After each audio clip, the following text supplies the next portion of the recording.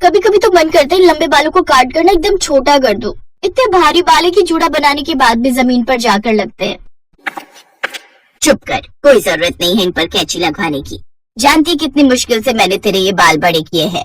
बचपन से गोले के तेल से मालिश करके एलोवेरा जेल तेरे बालों में लगाकर इनकी खूब अच्छे से देखभाल की है, तब जाकर ये इतने लंबे हुए हैं। अब जल्दी से अपने बालों को समेट बेटी, हमें जाने में देरी हो रही है। अच्छा माँ, 10 मिनट दो, मैं अभी आती हूँ। कुछ देर में तैयार होकर प्रियंका अपनी माँ के साथ शर्मा जी के फंक्शन में चली जाती है, जहाँ कौशल्या भी अपने बेटे गगन के साथ वहाँ आई हुई होती है। कौशल्या की नजर जब प्रियंका के लंबे काले घने बालों पर पड़ती है तो वो उसे बड़े पसंद आते हैं। अरे वाह, कितने खूबसूरत बाल हैं इस लड़की के, बिल्कुल देवी माँ का रूप लग रही है। इतने सुंदर बाल तो मैंने आज तक किसी लड़की को नहीं देखे। अगर ये मेरी बहू बन जाए तो मेरा लंबे बालों वाली बहू का अरमान पूरा हो जाए। कौशल्या को प्रियंका पहली नजर में ही पसंद आ जाती है। वो शर्मा जी से उसके बारे में पता लगाती है, फिर अपने छोटे बेटे का रिश्ता लेकर प्रियंका के घर जाती है।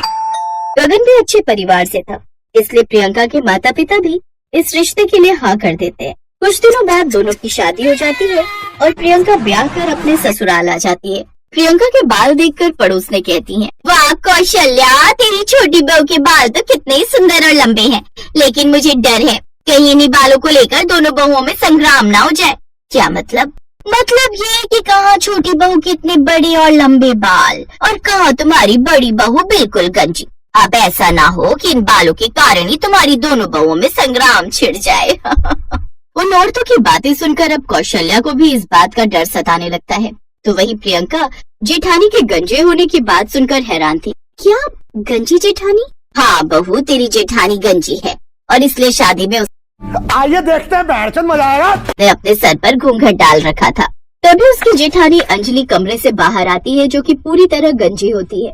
अंजलि ने उन सब की बातें सुन ली थी और उसे सब पर बहुत गुस्सा आ रहा था। जिसे देखो बस देवरानी जी के बालों की तारीफ करता जा रहा है और मेरे गंजेपन का मजाक उड़ाते जा रहे हैं। आज तक किसी की हिम्मत नहीं हुई थी मेरे ही घर में आकर मेरे गंजेपन का मजाक उड़ाने की, लेकिन आज इस चुड़ैल के कारण मुझे ये सब बातें सुननी पड़ रही हैं।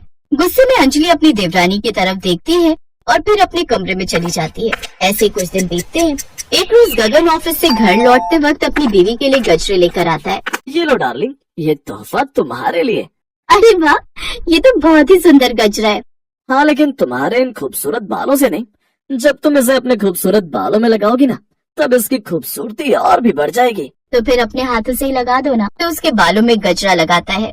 दूर खड़ी अंजलि की नजर उस पर जाती है तो वो गुस्से से भनभनाते हुए अपने कमरे में जाती है। क्या किस्मत है उस देवरानी की। एक तो ऊपर वाले ने इतने लंबे खूबसूरत बाल दे दिए, ऊपर से इतना प्यार करने वाला पति। देखो जरा बाहर जाकर कैसे प्यार से उसके लिए गजरा लेकर आए है और उसके बालों में लगा रहा है। तो तुम क्या चाहती हो, मैं भी तुम्हारी इस टकली टाट के लिए फूल लेकर आऊं? अरे जब वो इस खेत पर टिकेंगे नहीं तो क्या फायदा लगाने का। तुम भी ना अच्छा मजाक कर लेती हो। मदन हंसते हुए वहाँ से चला जाता है। शादी के इतने सालों के बाद भी मदन ने कभी अपनी बीवी का मजाक नहीं उड़ाया था, लेकिन आज लंबे बालों वाली देवरानी के घर में आते ही अब तो वो भी उसका मजाक उड़ाने लगता है, जिस कारण अब अंजलि और भी अपनी देवरानी से खिंची खिंची रहने लगी। कुछ ही दिनों में दोनों में मनमुटाव पे होने लगे, जिस कारण कौशल्या ने समय रहते दोनों बहुओं का बंटवारा कर दिया। अब देवरानी घर के ऊपरी हिस्से में और गंजी जेठानी घर के निचले हिस्से में रहने लगी। एक रोज उन सबको किसी शादी में जाना था।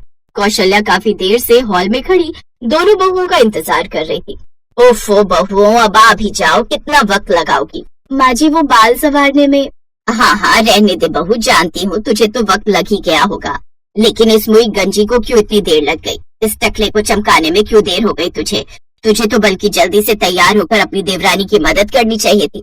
अब चलो भी, बारात आ जाएगी। कुछ देर बाद वो सब शादी में पहुँचे तो सबकी नजर देवरानी के खूबसूरत बालों पर जाती तो उसकी तारीफ करते नहीं थकते। वाह प्रियंका भाभी, आप तो वैसे ही कितने खूबसूरत हो, ऊपर से खूबसूरत बाल आपकी खूबसूरती में चार चांद लगा रहे। बताओ ना आप अपने बालों में क्या लगाते हो?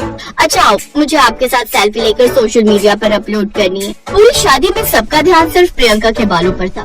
सब उसे ही घेर कर खड़े थे। अंजलि भले ही जेठानी थी, लेकिन फिर भी उसे वो इज्जत नहीं मिल रही थी जो उसकी देवरानी को मिल रही थी। अब प्रियंका के लिए उसके मन में नफरत और भी बढ़ गई। उस रात घर आकर वो भी चैन की नींद नहीं सो पाई। बड़ा घमंड है ना इस देवरानी को अपने इन लंबे बालों पर। अब इसे ऐसा मजा चखाऊंगी कि ये भी याद रखेगी। अगले दिन वो ऊपर अपनी देवरानी के कमरे में जाती है और उसके बिस्तर पर च्युइंगम चिपका देती है। कुछ देर बाद जब देवरानी रसोई में काम करके अपने कमरे में कमर सीधी करने के लिए लेटती है तो उसके बालों में च्युइंगम चिपक गई। अरे ये क्या, मेरे बाल ये चिपक कैसे गए? माँ जी। कुछ देर बाद वो दोनों वहाँ आती हैं। माँ जी देखिए ना, मेरे बालों में च्युइंगम चिपक गई। ओह नो, लगता है अब तो आपके बालों को कटवाना पड़ेगा देवरानी जी। मैं अभी कैंची लाती हूँ। नहीं, उसकी कोई जरूरत नहीं है। तो 2 मिनट रुक बहू, मैं अभी आई। सास फ्रिज से बर्फ लेकर आई और प्रियंका के बालों पर लगाकर उस च्युइंगम को छुड़वा दिया। ओह नो, इस बुढ़िया ने तो ये प्लान चौपट कर दिया। कोई बात, ये ना सही तो दूसरा प्लान सही। अगले दिन जब प्रियंका नहा रही होती है तो उसकी जेठानी ऊपर उसके फ्लोर में जाती है और उसके कमरे में रखे नारियल के तेल में हेयर रिमूवर लिक्विड मिला देती है। फिर जब प्रियंका वो तेल अपने बालों में लगाती है तो उसके काफी बाल झड़ जाते हैं। ओह गॉड, मेरे बाल इतने कैसे झड़ने लगे? तेल की एक्सपायरी डेट तो ठीक है। हो सकता है प्रियंका कोई मिलावटी तेल आ गया हो। ऐसा करो, ये बोतल तुम फेंक दो, मैं कल ऑफिस से आते हुए नया तेल ले आऊंगा। ऐसे कुछ दिन बीत जाते हैं। अंजलि हर वो प्रोडक्ट यूज करती जो प्रियंका यूज करती थी, लेकिन फिर भी उसके सर पर बाल नहीं आते थे।